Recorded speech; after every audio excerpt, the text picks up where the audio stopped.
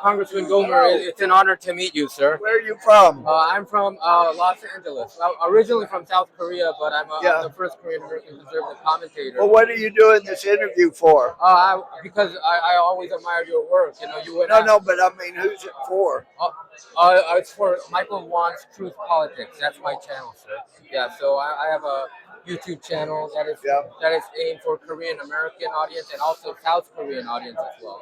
Are you for South Korea becoming part of North Korea? I think that's what I think. So you know what's happening there, right? Yeah. That's why I asked you, are you for South Korea becoming part of North Korea? I'm not.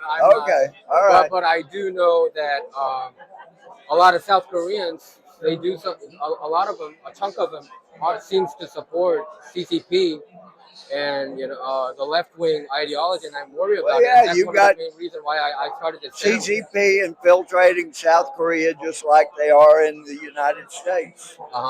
And what do you think? Do you think President Trump will be involved? Because it seems like President Trump, he's having this expansionism ever since his second term. That he wanted to take over Greenland and also Venezuela. He arrested Maduro and even Iran. Yeah, and a lot of South Koreans are hoping it America looks like will get he's involved. being expansionist. But if you know the man, and in fact, let me just say, when Trump was running for president the first time, Newt Gingrich said, "Louis, have you read The Art of the Deal?" I said, "No." And then the next couple of times I saw Newt, the former Speaker of the House, "Have you read Art of the Deal yet?" "No, I haven't." And I finally read it. And he said, "When you read it, you'll understand Donald Trump. It's all about the deal." He says, "We're going for this, and it's all about making a deal." So it sounds like he's being really expansionist, but then you look at the results of what he gets. Like he says, "We're going to take over the Panama Canal." And what does he get? He gets exactly what we needed. We needed Panama to quit lending or leasing both ends of the canal to China. And that's what happened. They quit leasing both ends. We got more control, and that was a good thing. And so it sounds like he's being expansionist, but he's really wanting to enforce the Monroe Doctrine and protect the Western Hemisphere from communism coming in and taking over the Western Hemisphere.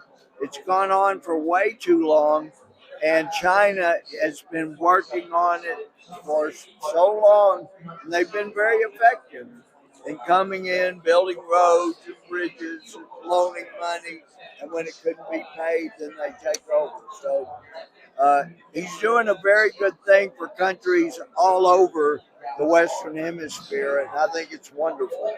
And I think you went after the deep state. You went after hard for James Comey and Andrew Weissman and all these figures. What do you know? A lot of MAGA people are disappointed that Attorney General Pam Bondi is not prosecuting all these deep staters.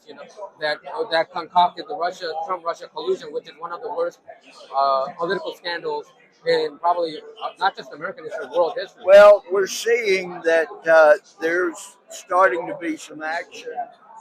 About subpoena? Yeah, and it's with John Brennan and some of these issues now. So I'm hoping that the Department of Justice it appears they're a lot closer to living up to their name than they were during Biden and the Obama years when they were truly the Department of Injustice. They just were. You're right. I agree with you. And I think a lot of people want President Obama to be prosecuted. I think Tulsi Gabbard actually recommended him to be prosecuted. And I think a lot of Americans want that to happen. Unlike the Biden years and the Obama years, you can't just go after a former president unless you've got solid evidence. And I think that's what they're seeking to get. And if they get it, you'll see it happen. But they went after President Trump without any solid Oh, I evidence. know. But if you're Well- going to be the Department of Justice, you got to make sure you got rock solid evidence, because you just cannot go after a president without really true solid evidence. And I think that's what AG Bondi is trying to do. Do you think the Republican Party and the conservatives are in good shape right now, or do you think it's kind of like in shaky grounds? There's talks about MAGA civil war, some divisions. What's your thought on A that? civil war where? Civil war MAGA and Make America Great Again movement regarding a lot of There's not going to issues. be a civil war within MAGA.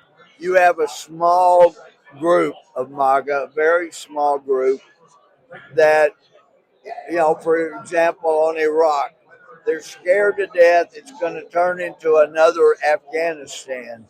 And I can promise you, my years of dealing with President Trump, he is not going to let Iran. He is not going to let Iran become another Afghanistan. He's just not. But he is not going to let them leave them in a position to go get the enriched uranium and be in a position to have nuclear weapons. He's just not. So, but it isn't going to be a prolonged war. And it's really something that I've advocated for many years. Like with Afghanistan, we could have been in and out of there within a year. We took out the Taliban, and our allies. We could have helped them take over and left them empowered and left a message. Look, you're in charge. It's your country. But if you let another regime take over that's going to be a threat to us, we'll come take them out too. And that's what we shouldn't be into, spending 20 years in a country trying to do regime change. It's just not a good idea. And especially when regimes are very corrupt. You know how much, there was a lot of money that made some corrupt leaders very corrupt. Got it. Yeah. Who do you expect in 2020? Last question, 2028. Do you think Marco Rubio is getting a lot of attention Yeah, these days? Marco has done a fabulous job. So what a great problem. We have some spectacular people in the Senate. The strong J.D. Vance, Marco. I mean, there are wonderful people. My buddy Ted Cruz. We have a great That's amazing. stable full of candidates. But look at the Democrats. They're really hurting for somebody to be a good candidate. So I'm really pleased with how our party is looking right now. Okay. Thank you very much, sir.